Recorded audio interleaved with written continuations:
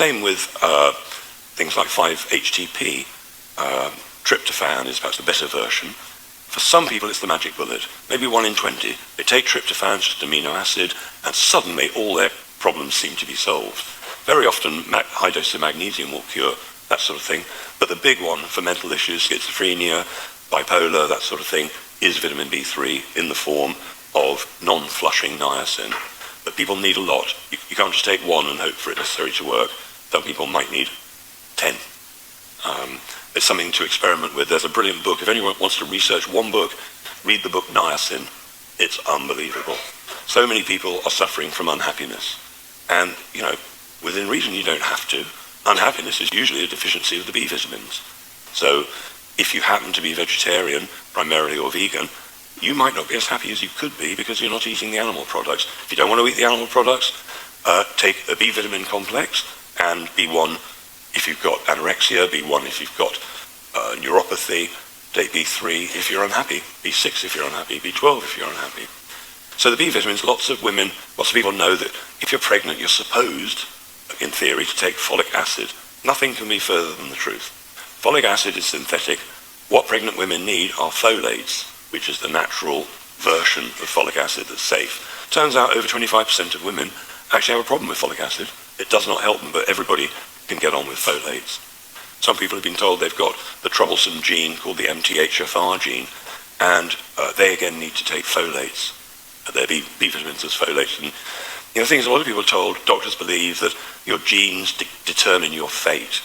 The theory of the genetic theory, Crick and Watson, and whatever it was, the 30s or 40s, they said your genes are immutable and they determine how you're going to be. And it's not true. They now reckon only 1% of genetics are actually passed down, that the rest can be overcome with epigenetics.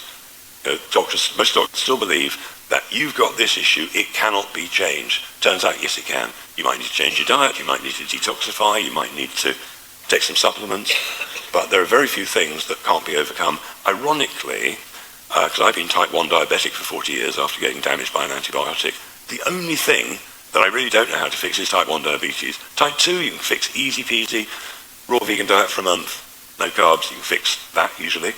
Any type 2 diabetics here are on metformin. Be aware that metformin depletes your B12, increasing your risk of Alzheimer's and dementia and stuff. If doctors don't know what they're doing, it's criminal.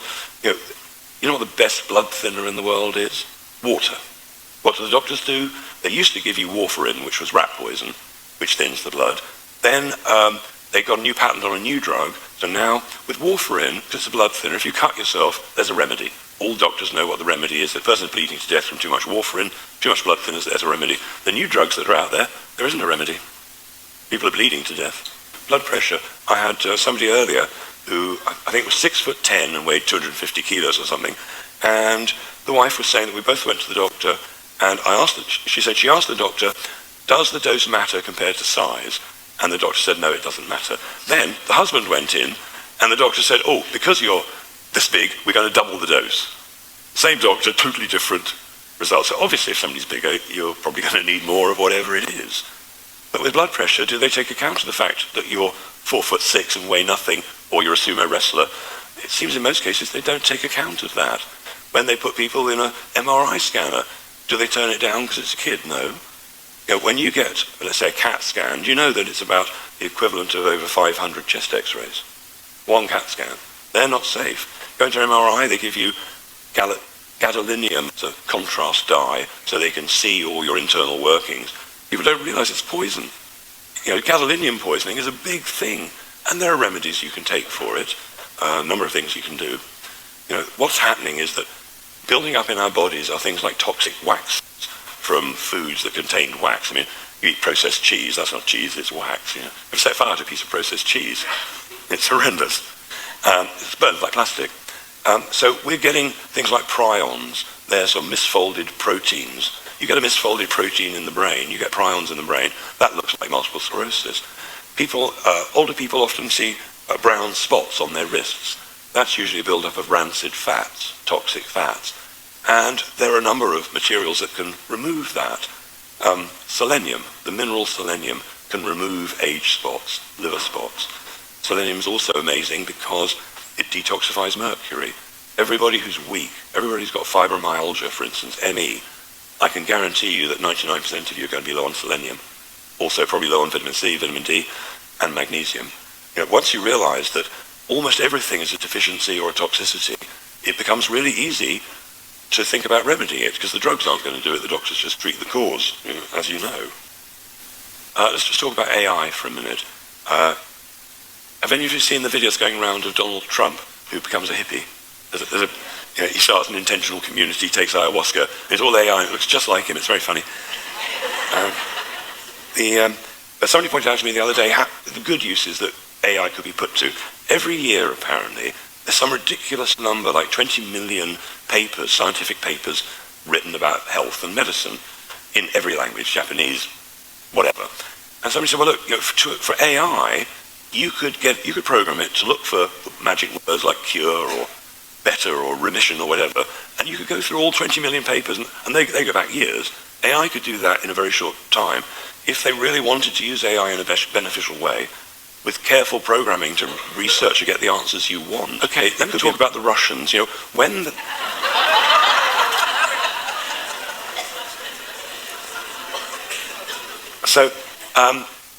when it was Soviet Union days, the Russians were incredibly lucky because there was an embargo for pharmaceutical drugs. So all across the Soviet Union, they couldn't get the pharmaceutical drugs. So what they were forced to do is to keep on the traditional healing methods, herbs and acupuncture, and they were very keen on frequency medicine. They were the pioneers of bioresonance, for example.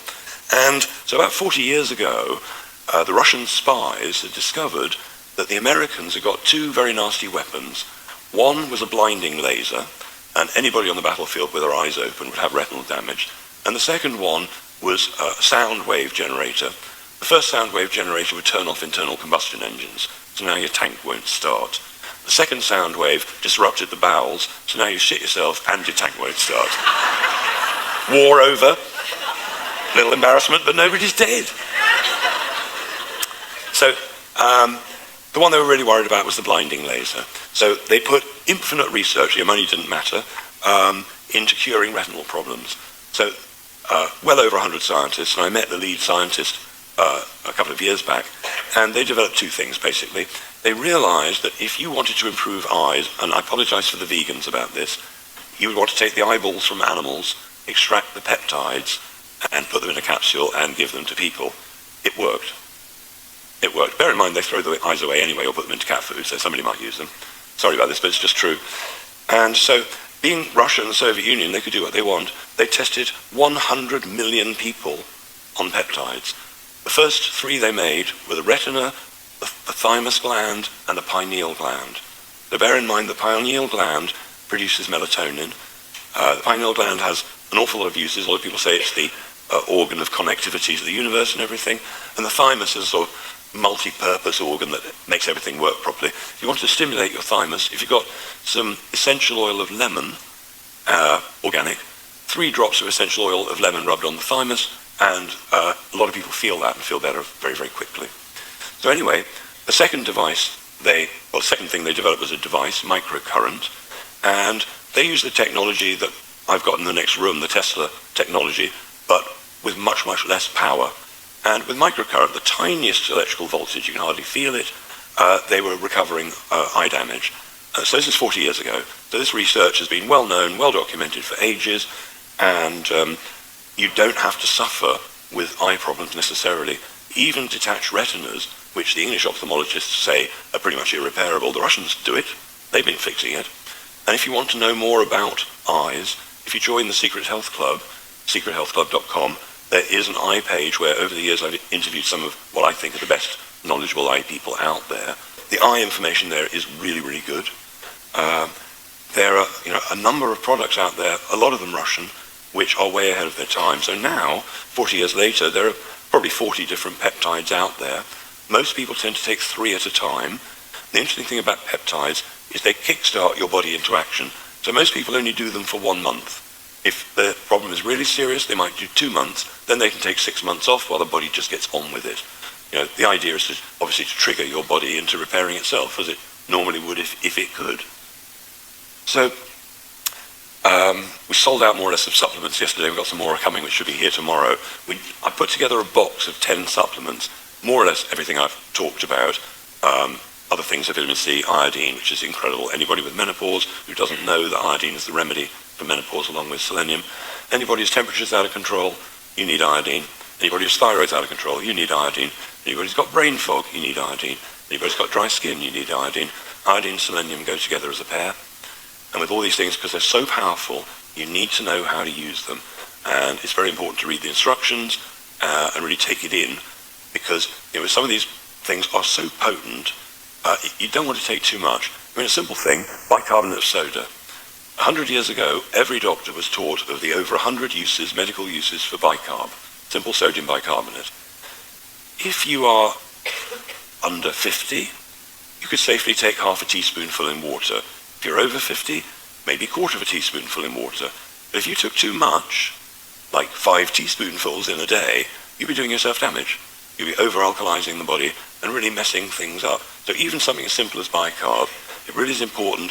If you're going to take anything into your body, it's good to just study it a little bit, because the doctors don't know. And so over the years, I've made loads and loads of videos. Obviously, I got taken down from YouTube years ago, but some of my stuff is back up there now. But if you want to know, you can join the Secret Health Club for £1 online, just to get you into the supplements page. And there I can tell you the real truth about how much to take, when to take it, and so on. But if you get it right, it can make all the difference in one day. People taking iodine and selenium, some of them reported back results like they're no longer an alcoholic.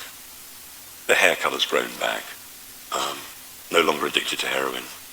There are a lot of very powerful medicines out there, but you've got to know how much to take. With selenium, I do a liquid version, which is like massively better than any tablet or capsule form you can get out there. And I recommend 1 drop every day or 2. Personally, I get bored doing something every day. I usually take 10 drops every couple of weeks or something when I feel like it. Selenium's all right that way. And but I recommend that people, if they've got an addiction problem, might want to take 10 times that much just for 3 days. And a lot of people find that their addictions effectively end. How it works is if somebody gives up heroin or they give up alcohol, they usually go cold turkey and just stop. Now the body, because it's on your side, realizing that you're taking in a toxin regularly every day, starts making antitoxins to try and neutralize the poisoning that it's getting. So the alcoholic, the drug addict, pharmaceutical drug addict, stops the drug, and they feel terrible, and they think it's the lack of the drug. But very often it's not. It's the fact that the antitoxins haven't worked out that you stopped taking the drug, and now you're getting poisoned by the body's self-remedy. What selenium does in high doses, it stops that antitoxin reaction, so people can come off drugs really easily without getting the downside of it. If they take amino acids as well while they're coming off, that'll help dramatically, as will fulvic minerals, vitamin C, vitamin D. I'm assuming that in winter, most of you take vitamin D in winter. If you don't, it's seriously worth considering. I used to get colds and flus every year up until about 18 years ago. And at that point, the only thing I changed was I started taking 10,000 IUs of vitamin D in winter. Never got a cold ever again. That was the only thing I changed.